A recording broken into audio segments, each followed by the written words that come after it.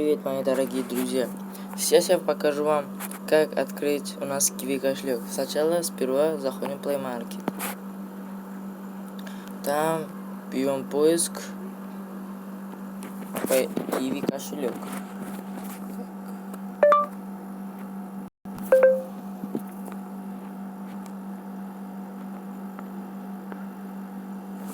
Вот, друзья, у нас вышел Kiwi кошелек. Вот, и мы должны скачать его. Я уже вам скачал.